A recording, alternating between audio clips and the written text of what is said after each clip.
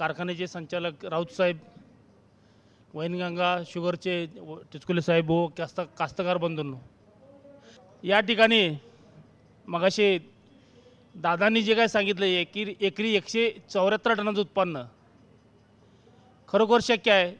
कारण आपल्याकडचं जे काय हवामान आहे, माझे जे डॉक्टर DG हापसे गुरु आहेत त्यांनी सांगितलं आहे की आपल्याकडं पडणारा सूर्यप्रकाश आणि याचा जर अभ्यास केला तर 188 टनापर्यंत आपण पाट पाण्यामध्ये काढू शकतो. आणि हे जर ठिबकमध्ये काढायचं म्हटलं तर 250 टनापर्यंत आपण आरामात काढू शकतो एकरी, काय अडचण नाही. आणि दादांना एक मी हे करू शकतो की त्यांनी आता 150 टनाचं स्वप्न सोडून आता 200 टनावर जायला पाहिजे.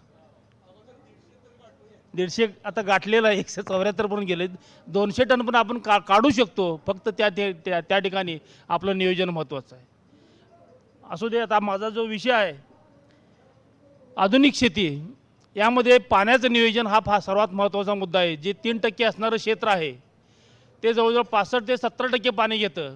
आणि पार गल्लीपासून ते दिल्लीपर्यंत ओरड चालू आहे सध्या की 3% असणारं क्षेत्र हे 70% पाणी घ्यायला. त्यामुळे ऊसाचं पीक आता बंद करा असं म्हणायची पाळी आलेली आहे. परंतु शेतकरी मित्रांनो, यामध्ये जर बघितलं आपण, जर शास्त्रीयदृष्ट्या जर पाणी जर दिलं आपण, तर एका पाण्याच्या पाळीमध्ये आपण साधारणपणे 3 ते 4 लाख लिटर पाणी द्यायला पाहिजे. हो, 3 ते 4 लाख लिटर पाणी आपल्याला द्यायला पाहिजे. हे शास्त्रीयदृष्ट्या जे काही विद्यापीठ आहेत, VS आहे, त्यांनी जे संशोधन केलेलं आहे. परंतु माझा शेतकरी बांधव, कास्तकार बांधव ज्यावेळेला नदीमध्ये पाणी आहे, विहिरीला पाणी आहे, याप्रमाणे पाणी देतो. जवळजवळ 9 ते 10 लाख लिटर एका वेळेस पाणी देतो. आणि अशा जर पाण्याच्या पाळ्या 12 महिन्याचे पीक असेल तर साधारणपणे जमिनीच्या प्रकारानुसार 25 ते 30 पाण्याच्या पाळ्या द्यायला लागतात. 14 महिन्याचे पीक असेल तर 35 ते 40 पाण्या द्यायला लागतात. आणि जर अडसालीचे पीक असेल तर 45 पाण्याच्या पाळ्या द्यायला लागतात. आणि 10 लाख गुणिले, जर आपण 10 लाख गुणवले 25 काढलं तर 250 लाख ते 300 लाख लिटर पाणी वापरतो. परंतु शास्त्रीय गरज जी आहे ती साधारणपणे फक्त 100 लाख लिटर हे 12 महिन्यासाठी आहे. 120 लाख लिटर ही गरज फक्त पूर हंगामीसाठी आहे. आणि 140 लाख लिटर ही अडसालीसाठी आहे. ही शास्त्रीयदृष्ट्या पाण्याची गरज आहे. आणि आपण बेसुमार वापर केल्यामुळे आपल्या जमिनीचं उत्पादन जे आहे चांगलं काढू शकत नाही. ही जे आपण चित्र बघतो, ब्राझीलमधलं चित्र आहे. या ठिकाणी जी काही शेती केली जाते सगळं मशीनच्या सहाय्यानं शेती केली जाते. त्या ठिकाणी ऊसाची लागणीपासून ते तोडणीपर्यंत मशीननं केलं जातं. आणि त्या ठिकाणी एकदा ऊस लावला की त्याचे 4 ते 5 खोडवे घेतले जातात कमीत कमी. मी आफ्रिकेमध्ये गेलेलो आहे, केनियामध्ये, युगांडामध्ये सर्व ठिकाणी बघितलेलं आहे. कमीत कमी त्या ठिकाणी 4 खोडवे घेतले जातात. फक्त 20% दरवर्षी लागण होत असते, 80% हा खोडवा असतो. ज्यावेळेला त्यांचं उत्पादन कमी येतं 50 टनाच्या खाली, त्यावेळेला ते खोडवे मोडले जातात. त्यासाठी आपणाला खर्च कमी करण्यासाठी, मेकॅनायझेशनकडे जाण्यासाठी आपल्या सरीतलं अंतर वाढवायला पाहिजे. जोपर्यंत आपण सरीतलं अंतर वाढवत नाही तोपर्यंत मशीननं शेती करू शकणार नाही. या ठिकाणी ऊसाची लागणसुद्धा मशीने केली जाते, तोडणीसुद्धा मशीने केली जाते. हे जे दिसते ते सेंट्रल पिव्होट सिस्टीम आहे. त्या ठिकाणी 100 हेक्टरचे प्लॉट असतात. आणि या ठिकाणी पाणी जे स्प्रिंकलरनं दिलं जातं, त्या ठिकाणी या जमिनी चढ उताराच्या त्या ठिकाणी शेती केली जाते. आणि या ठिकाणी मशीनने तोडणी झाली. आपल्याकडची ही परंपरागत पाणी देण्याची पद्धत, मगाशी मी सांगितलं एका एकराला 3 ते 4 लाख लिटर पाण्याची गरज आहे. परंतु शेतकरी बांधव 9 ते 10 लाख लिटर पाणी एका वेळेस एका पाण्याच्या पाळीमध्ये देत असतो. असे पण काय महाभाग शेतकरी आहेत. ठिबक सिंचन केलं आहे, रात्री 10 वाजता लाईट आली आणि सकाळी 6 वाजेपर्यंत लाईट असल्यामुळं तो रात्रभर ठिबक चालू ठेवलं आहे. आता हे पाट पाणी दिलेलं आहे का ठिबकनं पाणी दिलं आहे समजत नाही. त्या ठिकाणी पाण्याचं नियोजनसुद्धा व्यवस्थित केलं पाहिजे. ठिबकची नळी पाण्यामध्ये तरंगते. मित्रांनो, असं जर करणार असाल तर ठिबक लावू नका, काय उपयोग नाही त्याचा. ज्या ठिकाणी चढ उताराची जमीन असते, जमिनीचा उतार हा 0.4 ते 0.5% पाहिजे. आणि अशा ठिकाणीच आपण पाट पाण्याची शेती करू शकतो. जर तो उतार वाढला 1%, 2% तर त्या ठिकाणी जर बघितलं आपण, जर सऱ्या पाडल्या तर त्या ठिकाणी सऱ्या तोडून पाणी खाली चालले. या ठिकाणी पाणी न मिळाल्यामुळे पिकाची वाढ होत नाही. या ठिकाणी खालच्या भागामध्ये पाणी साठल्यामुळे पिकाची वाढ होत नाही. ज्या ठिकाणी उतार सम प्रमाणात आहे 0.4 ते 0.5% त्या ठिकाणी वाढ चांगली होते. मग ही जमीन लेवल करावी लागते पाट पाण्याने शेती करायची म्हटलं तर. परंतु ठिबक सिंचनमध्ये जमीन लेवल करायची काही गरज नाही. जर 1%च्या वर ड्रिप उतार असेल तर त्या ठिकाणी PC ड्रिपर वापरून आपण त्या ठिकाणी ठिबक सिंचन करू शकतो. 1%पेक्षा जर कमी उतार असेल तर त्या ठिकाणी नॉन PC ड्रिपर वापरून ठिबक सिंचन करू शकतो. म्हणजे जमीन एकदा दुरुस्त केली आपण लेवल केली तर त्या ठिकाणी जमीन सुधारायला कमी 4 ते 5 वर्ष लागतात आणि त्यामध्ये 1 सेंटीमीटर जमीन तयार व्हायला 200 वर्षाचा कालावधी लागतो, तरच ती जमीन तयार होते. आणि या ठिकाणी जर ती जमीन आपण खालची वरची खाली केली तर त्या ठिकाणी त्याचं नुकसान होतं. आता 0.4% उतार म्हणजे किती, या कोपऱ्यापासून ते त्या कोपऱ्यापर्यंत 100 मीटर गेल्यानंतर 40 सेंटीमीटरचा फरक आहे, त्याला आपण 0.4% उतार पाहिजे. पण ठिबकमध्ये जमीन लेवल करायची काय गरज पडत नाही आपणाला. आता या ठिकाणी आपल्या भागामध्ये घेण्यात येणारं जे पीक आहे मुख्य म्हणजे सुरूचं पीक घेतलं जातं. आणि आपल्या भागामध्ये भारीच्या जमीन आहेत, 25 त्याला पाण्याच्या पाळ्या द्यायला लागतात 12-13 महिन्यामध्ये. एकदा पाणी दिल्यानंतर मी सांगितल्याप्रमाणे 3 ते 4 लाख लिटर जर पाणी जर दिलं तर त्या ठिकाणी त्या जमिनीला वळण यायला किंवा वापसा यायला कमीत कमी 3 दिवस मी पकडले. बरं 4, 5, 6, 7, 8 थोड्याफार प्रमाणात वापसा येतो, त्यानंतर दुसरं पाणी द्यायच्या अगोदर त्यातला वापसा निघून जातो, अशामध्ये 2 दिवस नुकसान होतं, म्हणजे पिकाची वाढ होत नाही. ज्यावेळेला आपल्या जमिनीमध्ये 25% हवा 25% पाणी असेल तरच त्या ठिकाणी पिकाची वाढ होते, त्याला आपण वापसा परिस्थिती म्हणतो. साधारणपणे 23% पासून ते 45% पर्यंत ओलाव्याचं जे प्रमाण आहे ते मेंटेन करणं महत्त्वाचं आहे. हे पाटपाण्यामध्ये म्हणजे प्रत्येक पाण्याच्या पाळ्यामध्ये 5 दिवसाचं नुकसान आहे. 5 दिवस आपलं त्या ठिकाणी पिकाची वाढ होत नाही, कारण त्या ठिकाणी अन्न घेऊ शकत नाही, पाणी घेऊ शकत नाही. 5 गुणिले 25 पाण्याच्या पाळ्या काढल्या तर 125 दिवस त्या पिकाची वाढ होत नाही. जे काय 13 महिन्याचं पीक आहे, सुरूचं पीक आहे, हे फक्त 9 महिने वाढतं. जे पूर्व हंगामीचं पीक आहे 15 महिन्याचं ते फक्त 10 महिने वाढतं. आणि अडचालीचं जे 16-17 महिन्याचं पीक आहे फक्त 11.5 महिने वाढतं. हेच जर आपण ठिबक सिंचन केलं तर त्या ठिकाणी जमिनीतून जेवढं पाणी निघून गेलेलं आहे तेवढं पाणी जर दिलं तर त्या ठिकाणी जमिनीमध्ये आपण कायमस्वरूपी वापसा परिस्थिती निर्माण करू शकतो. पिकाची वाढ कायमस्वरूपी होत जाते, त्यामुळे आपलं उत्पन्न चांगलं वाढत जातं. ज्यावेळा पाटपाण्यानं आपण पाणी वापरत असतो त्यातलं 100 लिटर पाणी वापरल्यानंतर त्यातलं फक्त 30 लिटर पाणी पिकाला मिळतं आणि 70 लिटर पाणी आपण जमिनीला देत असतो. आणि जमिनीला दिलेलं पाणी कशी जमीन बिघडते हे तुम्हाला पुढच्या स्लाईडमध्ये दाखवतो. परंतु ज्यावेळेला ठिबकनं पाणी देतो आपण त्यावेळेला 100 लिटर पाण्यापैकी 90 लिटर पाणी पिकाला मिळतं, फक्त 10 लिटर पाणी नुकसान होत असतं. हे फार महत्त्वाचं आहे. या ठिकाणी पाण्याचं जे जमीन कशी खराब होते या संदर्भात मी तुम्हाला बोलणार आहे. पुरांग सुरूचं पीक आहे, शास्त्रीयदृष्ट्या पाण्याची गरज आहे फक्त एका एकरासाठी 100 लाख लिटर. जर ठिबक केलं तर फक्त 50 लाख लिटर पाणी लागतं. एका एकराला 50 लाख लिटर पाणी लागतं, म्हणजे 50% पाण्याची बचत करतो. जर जमिनीखालचं ठिबक केलं सबसर्फेस त्याच्याबद्दल मी माहिती सांगणार आहे, ते केलं तर 65% पाण्याची बचत करतो. फक्त एका एकराला 12 महिन्याच्या कालावधीमध्ये 35 लाख लिटर पाणी लागतं. आणि माझा शेतकरी जो पाणी देतो एका वेळेस 10 लाख लिटर, याप्रमाणे जर 10 गुणिले 25 केलं तर 250 लाख लिटर पाणी देतं. आता या ठिकाणी वापरण्यात येणारं पाणी जर बघितलं आपण, ते प्रयोगशाळेमध्ये जर टेस्ट केलं आपण, या ठिकाणी हे जे बिस्लरीचं पाणी आहे हे जर प्रयोगशाळेमध्ये टेस्ट केलं तर त्या पाण्याचा EC म्हणजे विद्युत वाहकता म्हणतो आपण 0.5 पकडला आणि ह्या पाण्याचं EC 0.15 ते 0.20 असतो. हे जे पाणी पितो ना आपण बिस्लरीचं, का पितो? बाहेरचं पाणी आपण खारं पाणी जर पिलं तर पोट बिघडतं, परंतु हे पाणी जर पिलं आणि ह्या पाण्याचं EC सुद्धा 0.15 ते 0.20 असतो. आणि हे पाणी जर शेतामध्ये 250 लाख लिटर वापरलं तर यामधून जवळजवळ आपल्या शेतामध्ये 6000 किलो जमिनीमध्ये आपण मीठ घालतोय ह्या पाण्यातून, 6000 किलो. आता हे जे पाणी आपण शेतामध्ये वापरतो 0.5%चं मी पकडला EC, कुठलंही पाणी घेतलं तर 0.5 0.4च्या आसपास असतं. आणि हे पाणी जर आपल्या शेतामध्ये 250 लाख लिटर वापरलं तर त्या ठिकाणी जमिनीमध्ये 8000 किलो जमिनीमध्ये मीठ घालतोय, म्हणजे 1 ट्रक जमिनीमध्ये मीठ घालतोय. आता याच्या उलट जर 35 लाख लिटर पाणी वापरलं तर फक्त 1 टन 120 किलो जमिनीमध्ये क्षार जातात 13 महिन्यामध्ये. जर वरचं ठिबक केलं तर 1 टन 600 किलो जमिनीमध्ये क्षार जातात. आणि शास्त्रीयदृष्ट्या जर पाणी जर दिलं तर 3 टन 200 किलो जमिनीमध्ये क्षार जातात. आणि आपल्या भागामध्ये पडणारा पाऊस 700-750 मिलीमीटर पाऊस आहे, तो पाऊस पडल्यानंतर त्यातले 70% क्षार धुवून जातात, म्हणजे 8 टनापैकी त्यातले 6 टन क्षार धुवून गेले. दरवर्षी 2 टन जमिनीमध्ये स्टॉक शिल्लक राहिला. आणि अशीच आपण जर पाटपाण्याची शेती करत गेलो तर 10-15 वर्षानंतर आपल्या जमिनीमध्ये क्षारांचं प्रमाण वाढून आपलं जमीन खराब होतं. हा फार महत्त्वाचा. ही जी आकडेवारी आहे हे सायंटिफिक आहे, याच्या आधारे मी काढलेलं आहे. जर पाणी अजून खराब असेल तर 12 टन आणि 1 EC असेल तर त्या ठिकाणी 16 टन, म्हणजे 16 टन म्हणजे जवळजवळ 160 क्विंटल आपण जमिनीमध्ये मीठ घालतोय. खताची पोतीसुद्धा तेवढी घालत नाही. त्यानंतर जी काय रासायनिक खतं आपण वापरतो शेतामध्ये पाटपाण्यामध्ये शेती करत असताना, त्यामध्ये 100 किलो युरिया वापरल्यानंतर त्यातला पिकाला किती मिळतो? फक्त 30 किलो मिळत असतो. आणि हाच युरिया जर ठिबक केलं आणि ठिबकच्या माध्यमातून वेंचुरीमार्फत जर दिला तर 100 किलोपैकी 95 किलो पिकाला मिळतो. म्हणजे कार्यक्षमता 3 पट वाढते. त्यानंतर स्फोरद 100 किलोपैकी 20 किलो मिळतो, उरलेला 80 किलो जमिनीमध्ये स्थिर होत असतो. आणि ज्या जमिनीमध्ये कॅल्शियमचं प्रमाण जास्त त्या ठिकाणी कॅल्शियम फॉस्फेटच्या स्वरूपात तो जमिनीत स्थिर होत असतो. परंतु हीच खतं आपण जर फर्टिगेशन केली, वेंचुरीमार्फत दिली तर 100 किलोपैकी 45 किलो पिकाला मिळतो, फक्त 55 किलो जमिनीमध्ये स्थिर होतो. त्यानंतर पालाच्या बाबतीत जर विचार केला तर त्या ठिकाणी 100 किलो टाकलेल्या खतापैकी फक्त 40 किलो पिकाला मिळतो पाट पाण्यामध्ये. आणि हीच जर ठिबकमध्ये जर दिला तर 100 किलोपैकी 80 किलो पिकाला मिळतो. या ठिकाणी ठिबकमध्ये पाण्याची कार्यक्षमता 30% वरून 90% झाली. खताची कार्यक्षमता या ठिकाणी सरासरी 30% मिळते. परंतु ठिबक केलं आणि त्यामार्फत जर खतं दिली तर त्याची कार्यक्षमता 70 ते 75% होते. त्यामुळे ऑटोमॅटिक आपल्या ऊसाच्या पानाची लांबी रुंदी वाढते.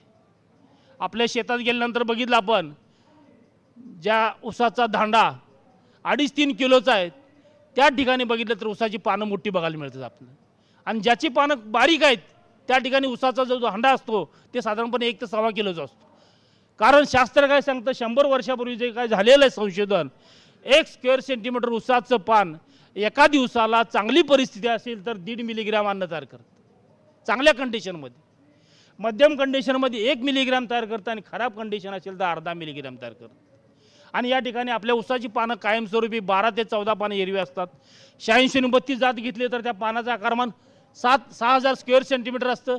आणि दुसरी जी जात आहे 671 किंवा 265, नंतर त्यानंतर आता जे नवीन आले 9805, 10,001 या जातीचं आकारमान 8,000 स्क्वेअर सेंटीमीटर असतं. आणि 6,000 गुणले 1.5 केलं तर त्या ठिकाणी चांगल्या कंडिशनमध्ये एका दिवसाला एका ऊसाचं वजन 9 ग्रॅम वाढतं. मध्यम कंडिशनमध्ये 6 ग्रॅम वाढतं आणि खराब कंडिशनमध्ये 3 ग्रॅम वाढतं. त्यानंतर जर 8,000 स्क्वेअर सेंटीमीटर असेल तर 12 ग्रॅम वाढतं, मध्यम कंडिशनमध्ये 8 ग्रॅम वाढतं आणि या ठिकाणी 4 ग्रॅम वाढतं. आणि 12 महिन्याचा अभ्यास केला तर या ठिकाणी चांगल्या कंडिशनमध्ये 3-3.25 किलोचा ऊसाचा दांडा तयार होतो, मध्यम कंडिशनमध्ये 2-2.25 किलोचा आणि खराब कंडिशनमध्ये 1 ते 1.25 किलोचा दांडा तयार होतो. आपण ह्या दोन्हीच्या मध्ये मोडतो 1-1.25 किलोचा दांडा. आपणाला ऊसाचा दांडा संजय माने साहेबांनी सांगितल्याप्रमाणे 2.5 ते 3.5 किलोपर्यंत बनवायचं आहे. आणि ते बनवण्यासाठी आपलं खताचं नियोजन, पाण्याचं नियोजन हे ठिबकमार्फत केलं तर त्या ठिकाणी त्याचा फायदा होणार आहे. ऊस पिकाच्या बाबतीत जर बघितलं, ठिबकच्या बाबतीमध्ये आता सांगितलं तुम्हाला ठिबकचे फायदे तोटे.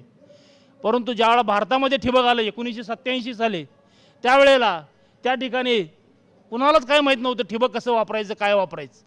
आणि ते शिकण्यासाठी जवळजवळ 15 वर्षाचा कालावधी गेला. त्यानंतर 2000 नंतर क्षेत्र वाढत चाललेलं आहे. परवाचीच आकडेवारी मी कमिशन ऑफ शुगरमधून काढली तर ऊसाचं जे काही एकूण क्षेत्र आहे 10 लाख हेक्टर, त्यापैकी 2,25,000 हेक्टरवर म्हणजे जवळजवळ 25% क्षेत्र हे ठिबकखाली आलेलं आहे आत्ताच्या आकडेवारीनुसार. आता लोकांना माहीत झालं की 2002 पासून त्याची आकडेवारी मी आता सध्या काढत आहे, 2002 पासून ते इतकं प्रमाणात झपाट्याने वाढत चाललेलं आहे की त्या ठिकाणी लोकांना सांगायची गरज नाही ठिबक बस म्हणून. त्यानंतर काळ बदलला, चित्र बदलले, 2 सऱ्यातील अंतर वाढत गेलं. जमिनीच्या प्रकारानुसार 4 फुटापासून ते 6 फुटापर्यंत सरीतलं अंतर ठेवायला लागलो. 1 डोळ्याची लागण लोकांना सांगायला लागत नाही, 1 डोळ्याची लागण सुरू झाली. या ठिकाणी लागण करत असताना आपला ऊसाचा जो दांडा आहे 2.5 ते 3 किलोचाच घ्यायचा आहे, 1 किलोचा अजिबात वापरायचं नाही. जसं तुम्ही पेराल तसंच होणार आहे. त्यासाठी 2.5 ते 3 किलोचा मोजून घ्यायचा. या ठिकाणी तुम्हाला जे काही बेणं लागणार आहे साधारणपणे 750 ग्रॅम, 750 किलो ते 1 टनापर्यंत 1 डोळ्याचं बेणं लागणार आहे. याची उगवण जी होणार आहे ती 15 दिवसात पूर्ण होणार आहे, 15 दिवसात पूर्ण होणार आहे. आणि या ठिकाणी 1 महिना आपल्याला वाढून मिळणार. हे फार महत्त्वाचं आहे, कारण ह्याच्यावर तुम्ही लक्ष दिलं पाहिजे. याच्या पुढची स्टेज आहे आमच्या सांगली कोल्हापूर भागामध्ये आता रोपाची लागवड चालू केलेली, एका रोपाची लागवड.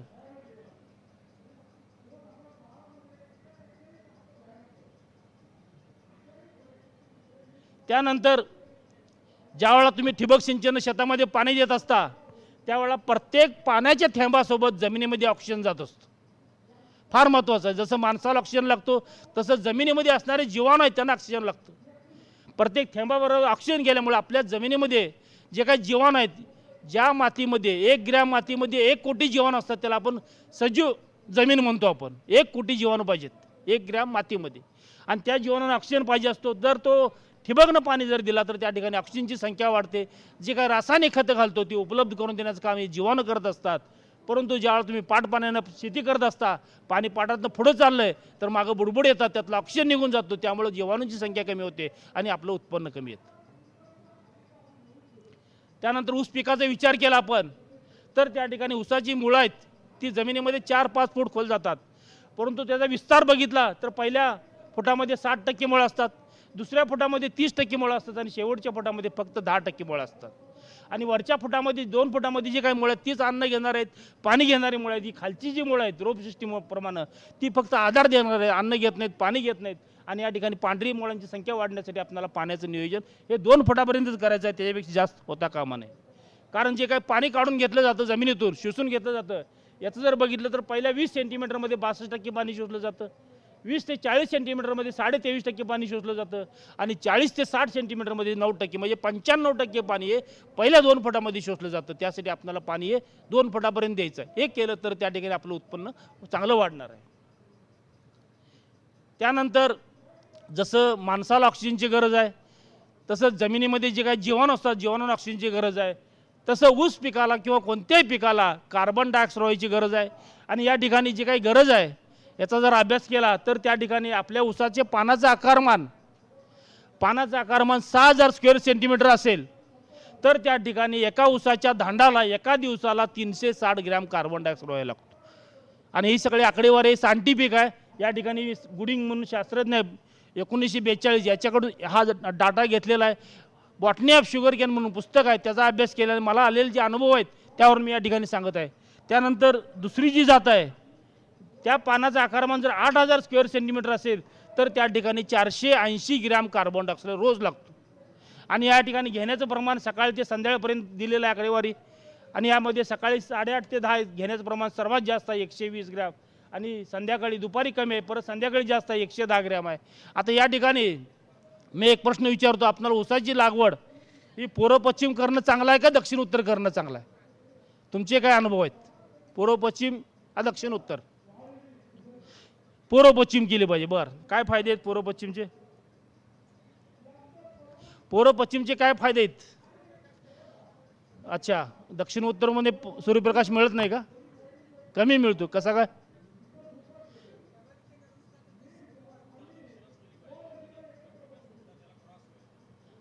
पूर्व पश्चिम जर केली तर त्या ठिकाणी सऱ्या पाडतो आपण, त्या ठिकाणी सरीची एका सरीच्या मागं दडला जातो, त्यामुळे सूर्यप्रकाश एकसारखा पडत नाही.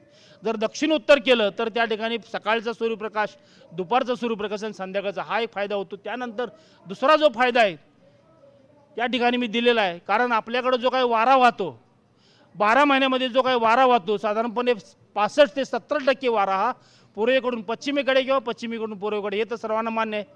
फक्त 30% वारा हा 35% वारा हा दक्षिण उत्तर वाहत असतो. आणि कार्बन डायऑक्साईड जो वातावरणामध्ये आहे तो जमिनीपासून 2-2.5 फुटापर्यंत असतो. कार्बन डायऑक्साईड आता सध्या 320 ppm आहे वातावरणामध्ये, तो 10 वर्षापूर्वी 220 ppm होता आणि 10 वर्षानंतर 400 ppm होणार आहे. सकाळची मी माहिती बघितली, 1950 साली आपलं जे उत्पन्न आहे ऊसाचं हे 100 टनाच्या खाली एक पण राहणार नाही. एवढा कार्बन डायऑक्साईड आपल्याला 500 ppm 550 ppm पर्यंत जाणार.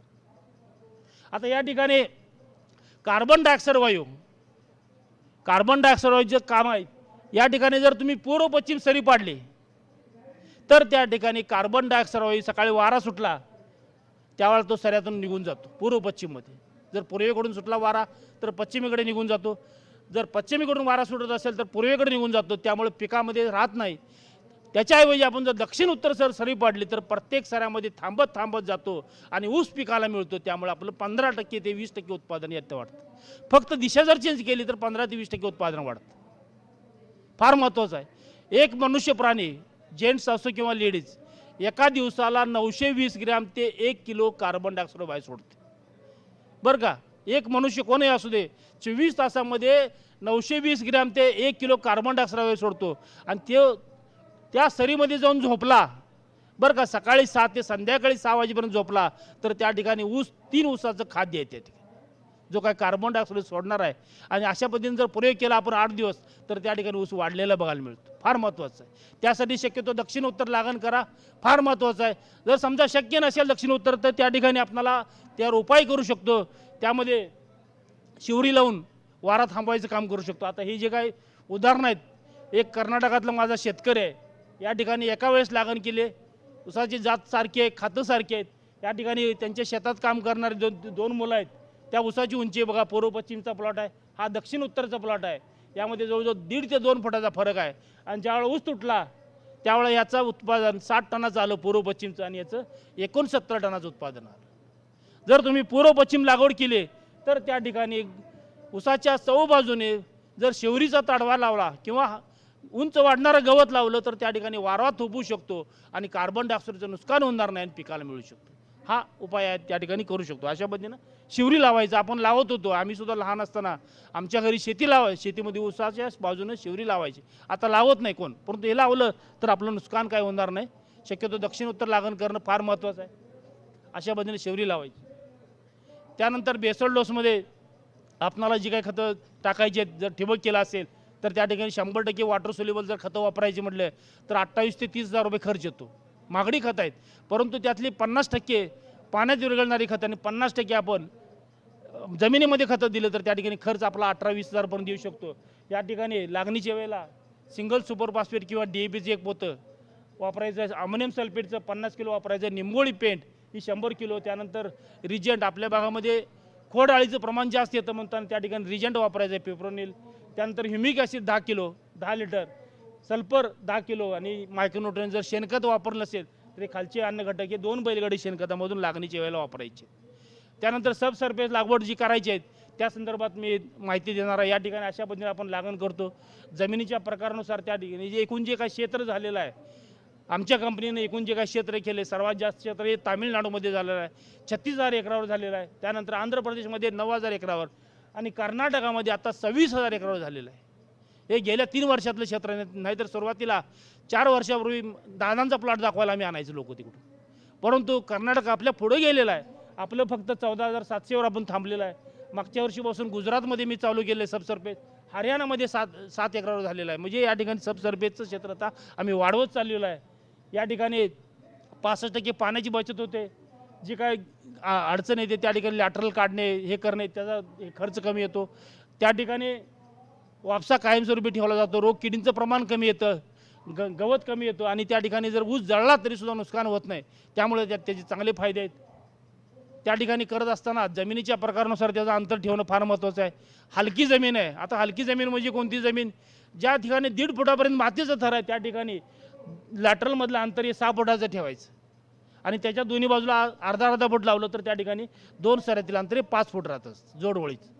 त्यानंतर मध्यम जमीन आहे, ज्या ठिकाणी 1.5 फुटापासून ते 3 फुटापर्यंत मातीचं थर आहे त्याला आपण मध्यम जमीन म्हणतो आणि अशा ठिकाणी 7 फुटाचं अंतर ठेवायचं आणि भारी जमिनीमध्ये हे 8 फुटाचं अंतर लॅटरलचं ठेवायचं आहे. म्हणजे या ठिकाणी 2 सऱ्यातील अंतर 7 फूट राहील, या ठिकाणी 6 फूट राहील. आणि त्यानंतर जे काही ड्रिपर वापरायचे आहेत, हलक्या जमिनीमध्ये 30 ते 40 सेंटीमीटर अंतरावरचा ड्रिपर आहे, 2 ते 2.5 लिटरचा ड्रिपर वापरायचा. मध्यम जमिनीमध्ये 40 ते 50 सेंटीमीटर अंतराचा 2.5 ते 4 लिटरचा ड्रिपर वापरायचा आहे आणि भारी जमिनीमध्ये 40 ते 50 सेंटीमीटरचा हा 4 लिटरचा ड्रिपर वापरायचा आहे. हे फार महत्त्वाचं आहे. हे जर नियोजन केलं तर त्या ठिकाणी आपलं उत्पन्न चांगलं येऊ शकतं. बऱ्याच कंपन्या बाजारामध्ये 1 लिटर 1.5 लिटर 1.25 लिटरचा ड्रिपर वापरायला सांगतात, परंतु ऊसाची गरज या भागातलं तापमान बघितलं 45 डिग्री अंशाचं तर याची मेमधली पाण्याची गरज जर बघितली तर साधारणपणे 12 mm आहे. 12 mm जर पकडली तर त्या ठिकाणी एका दिवसाला एका एकराला जवळजवळ 48,000 ते 49,000 लिटर पाण्याची गरज आहे. दादा आपल्याकडे फक्त 35,000 लागतं पाणी, परंतु इकडचं वातावरण बघितलं तर 49 ते 50,000 लिटर पाण्याची गरज आहे. त्यासाठी आपल्याला कमी याचा ड्रिपर वापरून चालणार नाही. जर 1 लिटरचा ड्रिपर वापरला तर त्या ठिकाणी 8 ते 10 तास ठिबक चालवायला लागेल. त्याच्याऐवजी आपण जर 2.4 लिटरचा ड्रिपर वापरला तर त्या ठिकाणी 3.5 तास चालवायला लागेल आणि 4 लिटरचा वापरला तर 2.5 तास आपण ठिबक चालवायला लागेल. आणि आपल्याकडे असणारी उपलब्ध वीज याचा अभ्यास केला तर आपल्याला 2.4 आणि 4 लिटरचा ड्रिपर आहे फार फायद्याचं ठरणार आहे.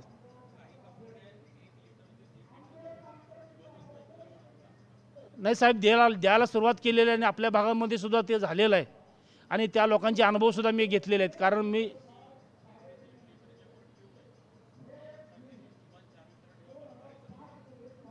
नाही साहेब, त्या ठिकाणी बरं का पाण्याची गरज बरं का जर 12 MM असेल तर 49,000 लिटर पाणी लागत असेल, जर 1 लिटरचा ड्रिपर वापरला तर त्या ठिकाणी 8 ते 10 तास चालवावं लागेल. आपल्याकडे 6 तास वीज असते. नाही टेक्निकली साहेब मी बोलतो, टेक्निकली हा विषय आहे. त्यानंतर सब सरफेस करायचं असेल तर त्या ठिकाणी जमीन आपली चांगली भुसभुशीत करून घ्यायला लागेल, कारण एकदा ठिबक सिंचन सब सरफेस केलं तर त्या ठिकाणी 5 ते 6 खोडवे कमीत कमी घ्यायला पाहिजेत, तरच ते परवडणार आहे. त्यासाठी जमीन आपली भुसभुशीत करून घ्यायचं, रोटेवाटर मारून जमीन व्यवस्थित करून घ्यायचं. त्यानंतर आपली ही ठिबकची नळी आहे ती जमिनीमध्ये आपण गाडतो. अशा पद्धतीनं मशागत करून आपण त्या ठिकाणी लॅटरलची नळी जमिनीमध्ये आपण गाडून घेतो. जमिनीच्या प्रकारानुसार त्याचं अंतर ठेवून ही जी पिवळी पट्टी आहे ती वर यायला पाहिजे आणि त्यामध्ये ड्रिपर आहे. आणि जर तुम्ही कमी याचा ड्रिपर वापरला तर त्याचं होलसुद्धा लहान असणार आहे आणि लवकर चोकअप होण्याचे चान्सेस आहेत. त्यामुळे आम्ही कमी याचा ड्रिपर अजिबात देत नाही.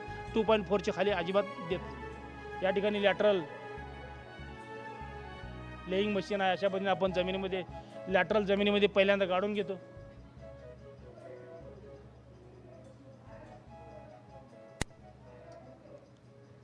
ही जी नळी आहेत जमिनीच्या खाली अर्धा फूट हे करतो आणि दोन्ही बाजूला अर्धा फूट अशा पद्धतीने आपण दोन्ही बाजूला अर्धा फुटाच्या अंतरावर त्याच्या खाली 3 इंच म्हणजे 9 इंचावर खोल आपण लागण करतो.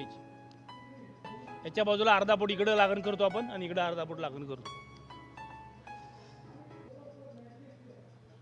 अशा पद्धतीने त्यानंतर मग आपण सबमेंट टाकून घेतो. त्या ठिकाणी या ठिकाणी एक ॲडिशनल आपल्याला शेवटच्या या ठिकाणी एंड कॅपच्या ऐवजी आपण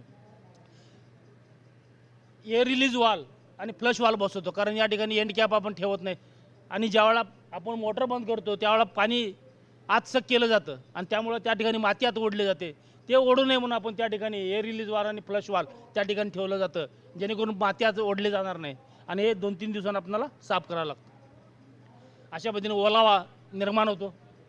ओलावा झाल्यानंतर आपल्याला त्या ठिकाणी अशा पद्धतीने या जमिनीमध्ये ओलावा दिसतो. त्यासाठी आपल्याला ही जी लागण करायची आहे ह्याच्या खाली 3 इंच खालीमध्ये व्हायला पाहिजे. त्यानंतर जी लागण करायची आपण त्या ठिकाणी झिगझॅग पद्धतीने लागण करायची आहे. लागण करताना झिगझॅग पद्धतीने लागण करणं फार महत्त्वाचं आहे, कारण यामध्ये पहिला आपण अर्धा फूट खोल लावलेलं असतं आणि याच्यामध्ये अजून अर्धा फूट माती पडण्यासाठी झिगझॅग पद्धतीने लागण केली तर त्या ठिकाणी आतमध्ये माती जाऊ शकते. जर तुम्ही सरसकट लागण केली तर माती आत जाणार नाही आणि त्यामुळे लॅटरल उघडी पडण्याची शक्यता आहे. त्यामुळं झिगझॅग पद्धतीने लागण करायची आहे. हे करत असताना प्रत्येक 4 सऱ्या झाल्यानंतर 5व्या सरीमध्ये जर तुम्ही 2 डोळ्याची लागण केली असाल तर त्या ठिकाणी मध्ये दोन्हीच्या मध्ये एक डोळ्याचं टिपरं टाकायचं. 5व्या सरीला, 10व्या सरीला, 15व्या सरीला, 20व्या, जेणेकरून 1 महिना झाल्यानंतर काही नांग्या पडल्या असतील, खाडं झालं असेल तर त्या ठिकाणी इकडची रोपं काढून डोळ्याची आपण त्या ठिकाणी या फिलिंगसाठी वापरू शकतो. त्यानंतर लागण केल्यानंतर 2ऱ्या-3ऱ्या दिवशी तणनाशकाचा वापर करायचा आहे. त्यामध्ये सिंकॉर किंवा मेट्रिब्युजिन 17% घटक असणार अधिक 500 मिली हे फवारणी करायची आहे, जेणेकरून आपल्या शेतामध्ये 2 महिने तण उगवणार नाही. त्यानंतर रोपंसुद्धा लावायचं फार महत्त्वाचं आहे. आता सांगली कोल्हापूर भागामध्ये बघितलं तर रोपं लावायचं हे चालू केलं. 1 महिन्यामध्ये 1.5 महिन्यामध्ये रोपं लावतो आपण बेसोल डोस टाकून. त्या ठिकाणी जो जमिनीच्या ह्याच्यानुसार त्या ठिकाणी बेसोल डोस टाकून आपण त्या ठिकाणी खड्डा काढून रोपाची लागवड करायची आहे. अशा पद्धतीने ट्रेमध्ये रोपं तयार करतो. साधारणपणे एक रोप तयार करायला ₹1.25 ते ₹1.5 खर्च येतो. ₹2 बाजारामध्ये मिळतं. अशा पद्धतीने रोपं तयार करून आपण त्या ठिकाणी झिगझॅग पद्धतीने रोपंसुद्धा लावू शकतो. आपण किती रोपं लागतात, समजा तुम्ही 8x2.5 वर लावलं तर 4,300 रोपं लागतात. 7x2 वर लावलं तर 6,200 रोपं लागतात आणि 6x2 वर लागतात. म्हणजे 1.5 ते 2 फूट जमिनीच्या प्रकारानुसार त्याचं अंतर ठेवायचं फार महत्त्वाचं. त्यानंतर 1.5 महिना झाल्यानंतर ऊसामध्ये जी काय कांडीमुळं आहेत ही कांडीमुळं मरतात 1.5 महिन्यानंतर पांढरी मुळं चालू होतात 1.5 महिन्यानंतर आणि ती पांढरी मुळं जमिनीत नाजूक असल्यामुळे जमिनीत सहजासहजी घुसत नाहीत पांढरी मुळं. त्यामुळे आपणाला त्या ठिकाणी बाळ बांधणी करायचं, जे काय टिपरं लावलेलं आहे ते जागेत दोन्ही बाजूला जागा भुसभुशीत करण्यासाठी हे करायचं आहे, बाळ बांधणी करायचं आहे. अशा पद्धतीने अजून अवजार वापरतो आपण. जे आपल्याकडं जर डवरा आहे, डवऱ्याचा मधला फास काढायचा आणि 2 बाणाच्या आकाराचे फारोळे तयार करून ते दोन्ही बगलेला चालवायचं आहे. हे जर चालवलं तर त्या ठिकाणी बाळ बांधणी होते, खोडाळीचं नियंत्रण चांगलं होतं आणि जे काय रोप लावलेलं आहे त्याला फुटवे एकसारखे वाढतात. हे 2 रोपातील अंतर हे जमिनीच्या प्रकारानुसार 1.5 फुटापासून ते 2.5 फूट ठेवायचं आहे. हलक्या जमिनीला 1.5 फुटावर, मध्यम जमिनीला 2 फूट आणि भारी जमिनीला 2.5 फुटाचं अंतर ठेवायचं. आंतरपिकंसुद्धा आपण त्यामध्ये घेऊ शकतो आपण. त्यानंतर भरणी करायची आहे. भरणी करण्यासाठी सुद्धा छोटा ट्रॅक्टर आपण त्या ठिकाणी वापरू शकतो. पॉवर टिलर किंवा छोटा ट्रॅक्टर पण आपण त्या ठिकाणी वापरू शकतो अंतर वाढल्यामुळे. अशा पद्धतीने आपण भरणी करण्यासाठी म्हणजे खर्च आपला कमी करायचा आहे मजुराचा. आता बैल मिळत नाही शेतामध्ये काम करायला, हे जर आपण वापरलं तर त्या ठिकाणी फायदा होणार आहे.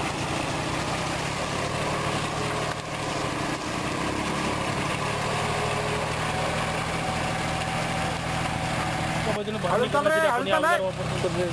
त्यानंतर रिझल्ट टाकून त्याला माती चांगली लावायची.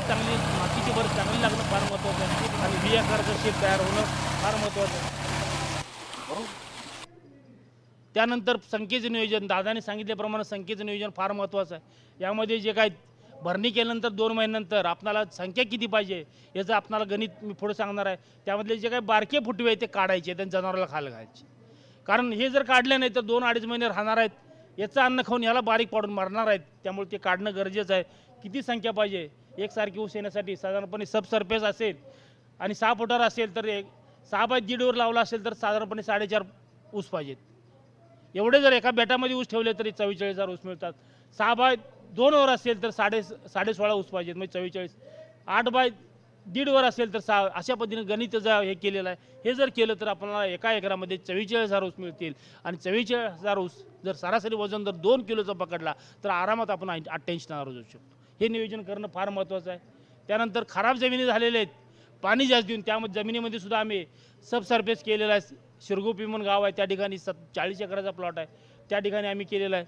जे खराब झालेल्या जमिनीमध्ये जे 35 टन येणार नव्हतं उत्पन्न त्या ठिकाणी 70 टनावर आम्ही पोहोचलेलं आहे. हे 9 महिन्यामध्ये बेल्लारी भागामध्ये आम्ही जे तयार केलेले प्लॉट आहेत. या ठिकाणी बघा पानाची लांबी रुंदी बघा, जवळजवळ त्या ठिकाणी हिरवी पानाची संख्या बघितली तर 17 ते 18 आहे. जेवढं तुम्ही अंतर वाढवाल तेवढं त्या ठिकाणी पानाची संख्या वाढणार आहे, लांबी रुंदी वाढणार आहे, त्या पानाचं आयुष्य वाढणार आहे. त्यामुळे आपलं वजन वाढणार आहे. हे 11 महिन्यामध्ये 70 टनाचं उत्पन्न काढलेलं प्लॉट आहेत. मार्चमध्ये लागणे आहेत, फेब्रुवारीमध्ये ऊसाची तोडणी केलेली आहेत. 4 महिन्याचा ऊस आहे. हे सगळे सबसर्फेसचे प्लॉट आहेत. मातोश्री कारखान्यावर आम्ही 2,500 एकरावर केलेलं आहे. केन ॲग्रोला 2,000 एकरावर केलेलं आहे. आत्नी फार्मर्स या ठिकाणी 4,000 एकरावर आम्ही सबसर्फेस केलेलं आहे. यामध्ये एक काळजी घ्यायला लागते, ऊसाची मुळं आत शिरू नये म्हणून त्या ठिकाणी आपल्याला पेंडीमिथिल नावाचं एक तणनाशक आहे ते सोडायचं आहे. साधारणपणे लागण केल्यानंतर 2 महिन्यानंतर सोडायचं आहे आणि ऊस तोडायच्या अगोदर 2 महिने अगोदर सोडायचं आहे. ते सोडलं तर त्या ठिकाणी त्याचा जमिनीशी संबंध आल्यामुळे त्या ठिकाणी जर मुळं आत चालली असेल तर त्या ठिकाणी मुळाला फाटे फुटतात आणि बाजूला जातात. हे सोडायचं आहे आपल्याला पेंडीमिथिल नावाचं. एका ड्रिपरसाठी साधारणपणे 100.25 ml म्हणजे 4 ड्रिपरला 1 मिली याप्रमाणे सोडायचं आहे. अशा पद्धतीने हे सोडायचं आहे. त्यानंतर ऊस तुटून गेल्यानंतर मशागत सुद्धा छोट्या आपण ट्रॅक्टरनं करू शकतो. अंतर वाढल्यामुळे ज्या ठिकाणी 5 ठेवलं असेल तर 5 सुद्धा आपण नियोजन करू शकतो. खताचं नियोजन जे आहे ते सुद्धा फार महत्त्वाचं आहे. मी खताचे आपल्या भागासाठी चार्ट तयार केलेत. 200 किलो, 100 किलो आणि 120 किलो NPK याचं जे प्रमाण आहे. त्यानंतर पीक वाढीच्या अवस्थेमध्ये त्याचं जे प्रमाण आहे ते सुद्धा फार महत्त्वाचं आहे. वेगवेगळ्या अवस्थेमध्ये जी काही गरज आहे त्यानुसार आम्ही खताचे चार्ट तयार केलेले आहेत. साधारणपणे 6 महिन्यानंतर पोटॅशची गरज वाढते. त्यामुळे आपल्याला प्रत्येक आठवड्याला 11 किलो पोटॅश आपल्याला वाढवायचं आहे. त्यावेळेला नत्र आणि स्फोरत कमी करतो. 6 महिन्यापर्यंत नत्र आणि स्फोरत जास्त द्यायचं आहे, नंतर कमी करायचं आहे आणि पालाची मात्रा वाढवायची आहे. अशा पद्धतीने खताचं चार्ट आम्ही तयार करून दिलेत. त्यानंतर जिबर्लिक ॲसिडच्या फवारण्या दादाने सांगितल्याप्रमाणेच करायचे, कारण फार महत्त्वाचं आहे. ते फवारल्यामुळे पानाची लांबी रुंदी वाढते. एकदा पानाची लांबी रुंदी वाढली की ऑटोमॅटिक अन्न तयार करण्याची प्रक्रिया वाढते. हे महत्त्वाचं आहे. त्यानंतर ऊस मोठा झाल्यानंतर ऊसाची कड दाबून घ्यायची.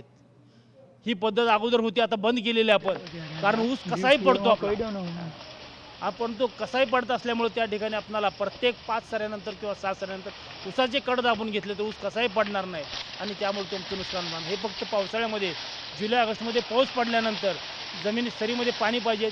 10 फुटाचा बांबू घ्यायचा आणि दोन्ही बाजूला 45 अंशाच्या कोनामध्ये दाबायचं आणि यातून वारा जर पास झाला तर ऊस पडणार नाही आपला आणि त्या ठिकाणी त्याचा फायदा होणार आहे आणि जमिनी न लागल्यामुळे त्याला पंक्षा अशा पद्धतीने कड दाबून घ्यायचे. त्यानंतर जे काय शेतकरी आम्ही तयार केलेले आहेत गेल्या 4-5 वर्षामध्ये, मी जैनमध्ये आल्यानंतर हे 90 टन काढलेलं शेतकरी आहे. सामान्य शेतकरी आहे 1.5 एकरवाला. 112 टन सबसर्फेसमध्ये काढलेला हा शेतकरी आहे, सबसर्फेसमध्ये. त्यानंतर निलेश पवार म्हणून आहेत, 115 टनाचं उत्पादन काढलेलं आहे सबसर्फेसमध्ये. हा एक शेतकरी आहे. वरचं ठिबक आहे, 125 टनाचं उत्पादन काढलेला शेतकरी आहे. एका एकरामध्ये 6 फुटाची लागण आहे, 86 32 वेळी कॅमेरा करा. हा शेतकरी आहे. एका एकरामध्ये 130 टनाचं उत्पादन काढलेला हा शेतकरी आहे.